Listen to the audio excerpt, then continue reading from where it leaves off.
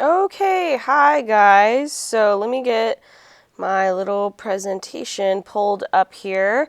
I'm at jury duty today. If I forgot to tell you on Friday, I think I told everyone though. So basically, I'm going to be introducing your project today that we are going to get started and be working on for like the next 3 weeks or so. And then at the end of class, you're going to have time to then form your group contracts. And once you get your group contracts signed and submitted, then you're done for the day. But let's kind of go over the overview. First of all, if you've looked at the bell work, hopefully you have. If not, you need to get into your groups found on the next slide. This is mostly just pertaining to 6th hour because 5th and 7th hour overlap with other classes, and Miss Danson and Mr. Ham are going to take that. So 6th hour though, you're just my only class that's by ourselves that we don't overlap with another class. So you guys are just paired with people from our class. So it says get into groups found on the next slide. You can look at this slide here. I've put everyone into groups. There are 6 groups. If you guys have noticed in my classroom, there are signs that hang from the ceiling. Say group 1, group 2, group 3, group 4, all the way to 6. So if you haven't already, you need to find that group and you need to go sit with that group in the area that the sign is hanging over. So if you need to pause the video and go do that, please go do that now. So hopefully you are in those groups.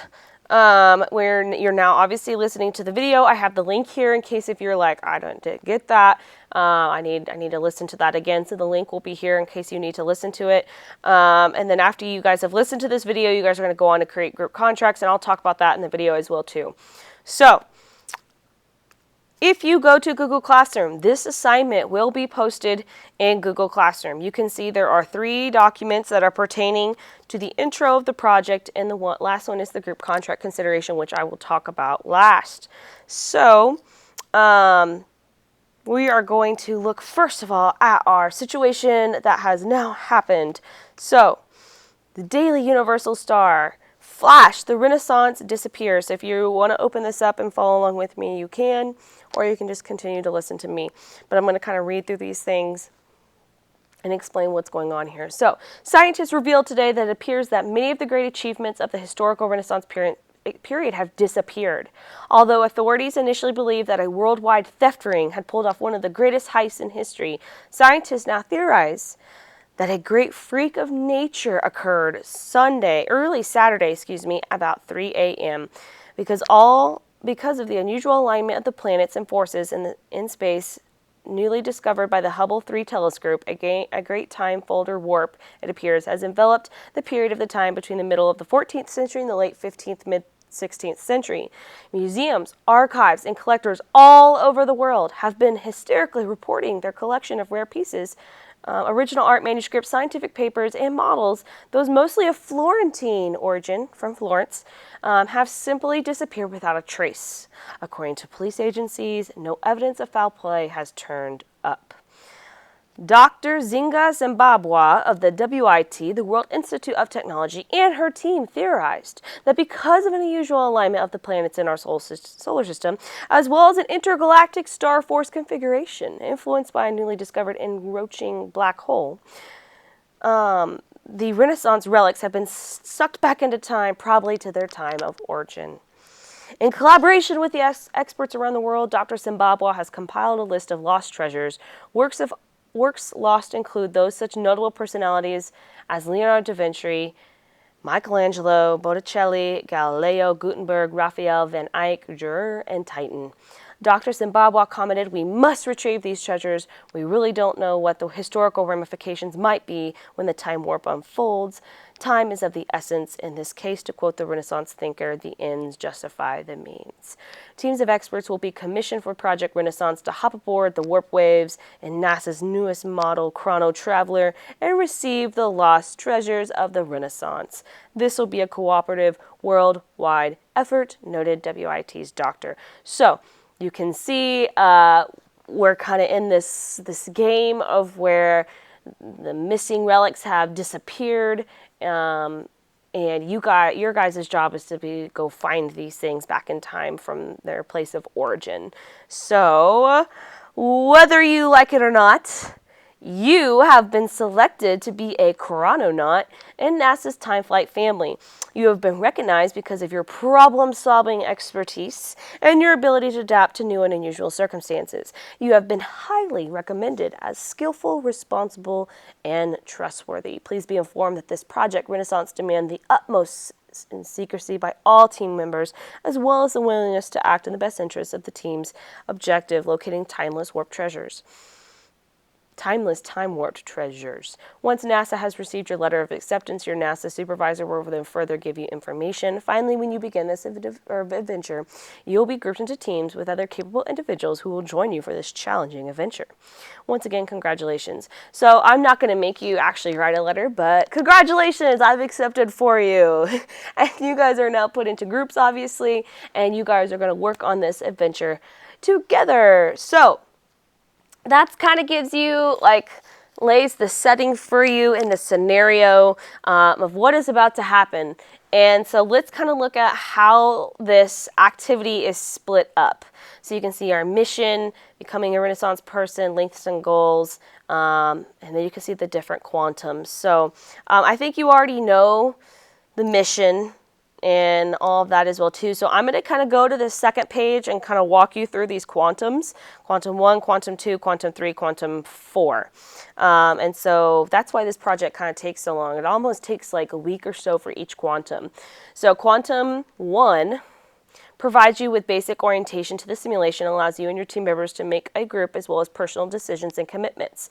Throughout history, men and women explorers have kept journals of their experiences and observations.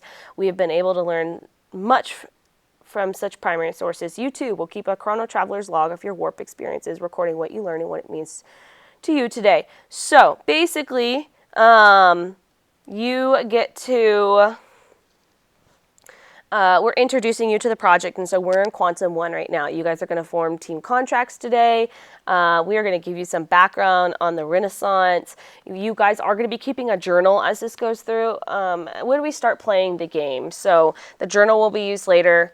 You will have some entries or memos to do as we go through this, but that is something that will be turned in at the very end. It's a very large grade, it's like 100 and something points, but honestly, it's easy points. We give you time in class to do all the entries and all of that. So the Quantum 1's kind of like the introduction stage. Quantum 2 prepares you to be a chrononaut. We're going to show you how to use Google Maps if you haven't ever used that before. I'm not going to do these cartography, geography skills. We've kind of modified this and put our own touch on things. You'll also be involved in learning about the lifestyles and things like that. Learning about customs, eating habits, how they live, so that you know what is acceptable for the time period. So when you're doing the game and stuff, you know what's right and what's wrong for the time period. Also serves as your launching pad for competing in the board game. And then Quantum 3 is one of the best parts, and that is where we actually play the game. So we will not be playing the game this week. We play the game starting towards the end of next week. So we have Quantum 1 and Quantum 2 kind of last almost 2 weeks, a week and a half. And then we have Quantum 3, we actually play this game. So you're going to be competing against the other teams in this classroom, and you guys are going to become master detectives. You're going to use research skills, problem solving, decision making, critical analysis, and things like that while moving around on a game board and completing these tasks and stuff like that. You learn about, and you get to complete stump cards and blender cards, and you get to do interviews and stuff like that.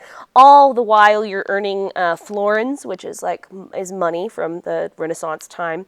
And competing against each other, because there is a big reward for the team that gets the most florins at the end of this project and activity. But you guys get to learn about daily life. You'll get to learn about the masterpieces of the time.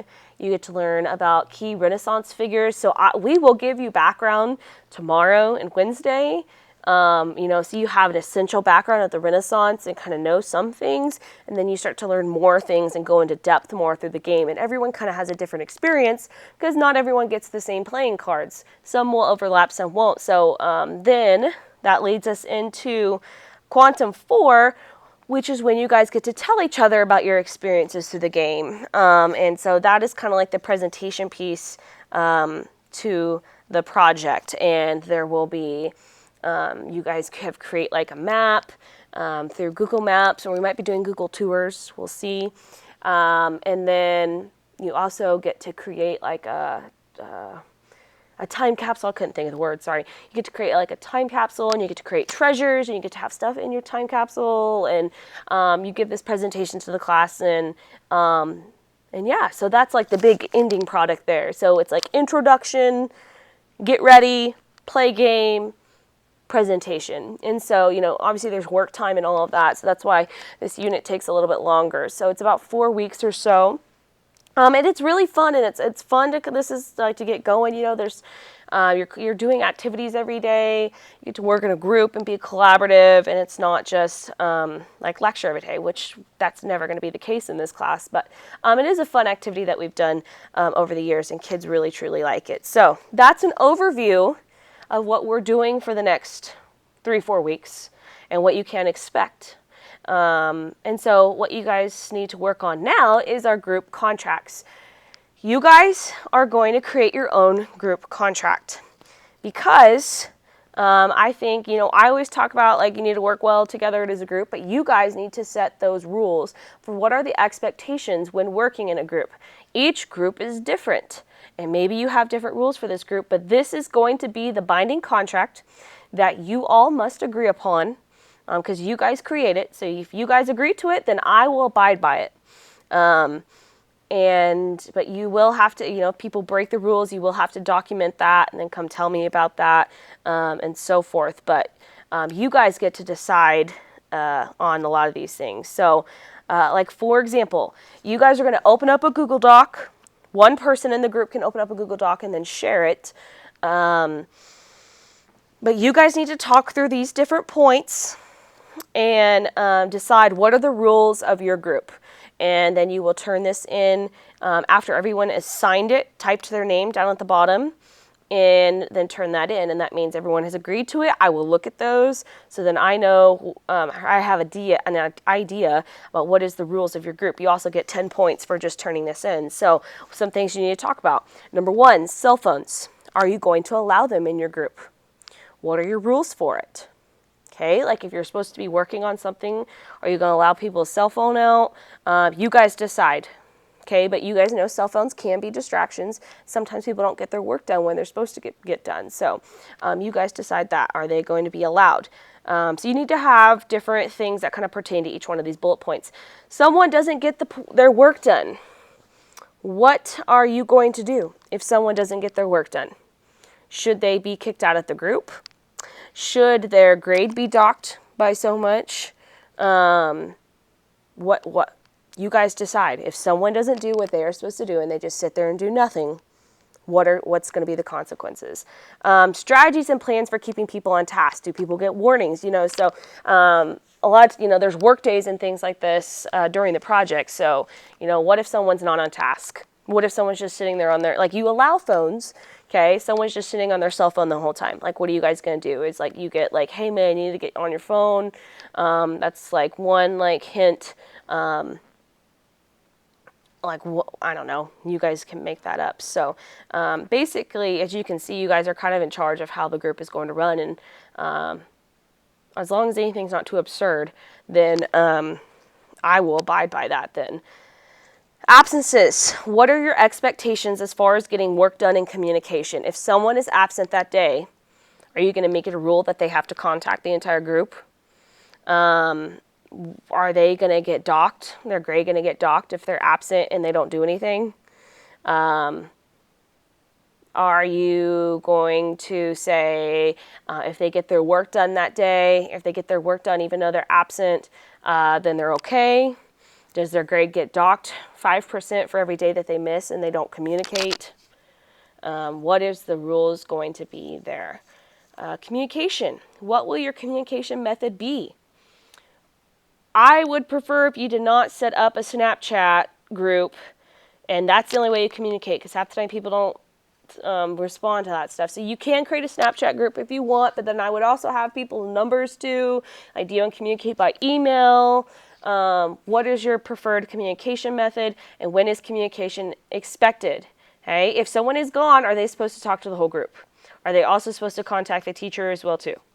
Okay, what do you want there? Respect. How will you show your group's teammates respect? Like, what are your expectations for being respectful to one another? It's like obviously you can say, okay, we're gonna be respectful to others. Well, what does that mean? Like, what are you gonna do to be respectful to one another? Do some people not prefer some things? Like, do they get annoyed when people do this? Like, what are some people's pet peeves when working in a group? And maybe that's how you're gonna be respectful. Okay, so you can look at that. Involvement, how are you going to divide up the work?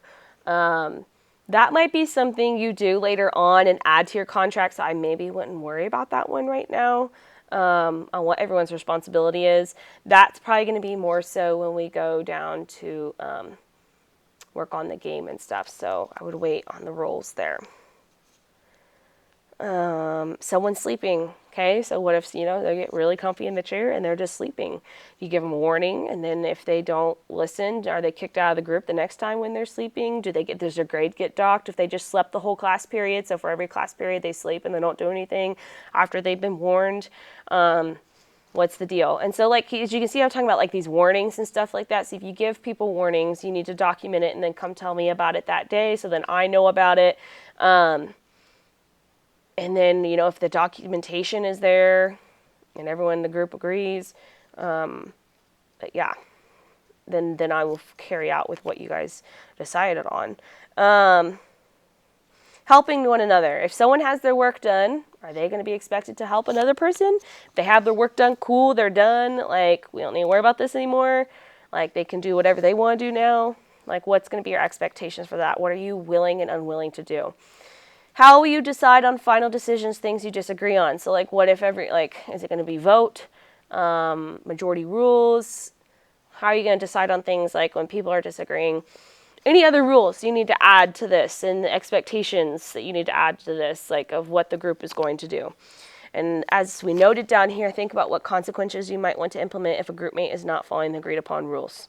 So, warnings need to be issued to the teacher before any action is taken place and must be approved by your teacher. So as I said, there needs to be documentation of this. There has to be warnings. It can't just be, man, he slept today, he's out of the group. Like, if there wasn't any warning, if there wasn't any advocation on your part to be like, hey man, like, let's go, then we can't kick them out of the group. Like, you have to work together as well too. So this kind of keeps you guys on top of how your group is going to work, because every group might be different and their expectations and rules are going to be different. And so this puts some of the responsibility on you guys for being able to work with one another and keeping each other accountable, because as you get older, you are going to have to hold each other accountable for things. You can't just say, well, this just didn't do it. Well, you need to keep each other accountable for that. And, when everyone is accountable on one another, things work out great. So that is what you're doing now. Go get a Google Doc out. You will put your names at the bottom. That is the official signature. If someone's gone today, you'll have to show this to them and have them sign it too. But this is due at 11:59 tonight. So please make sure you get that turned in rules figured out. Actually, I'm thinking about this. I'm going to make it due on Tuesday, but you're not going to have time to work. So, as bell work or something tomorrow, if you didn't finish it, you could get that done. But please get this submitted when you are done. Easy 10 points. Get that contract done, and everyone needs to sign it. Okay, that's all I have. I'm going to stop talking now. Have a fabulous Monday. If you have questions, email me. I'll be sitting at the courthouse. I will see you tomorrow. Bye-bye.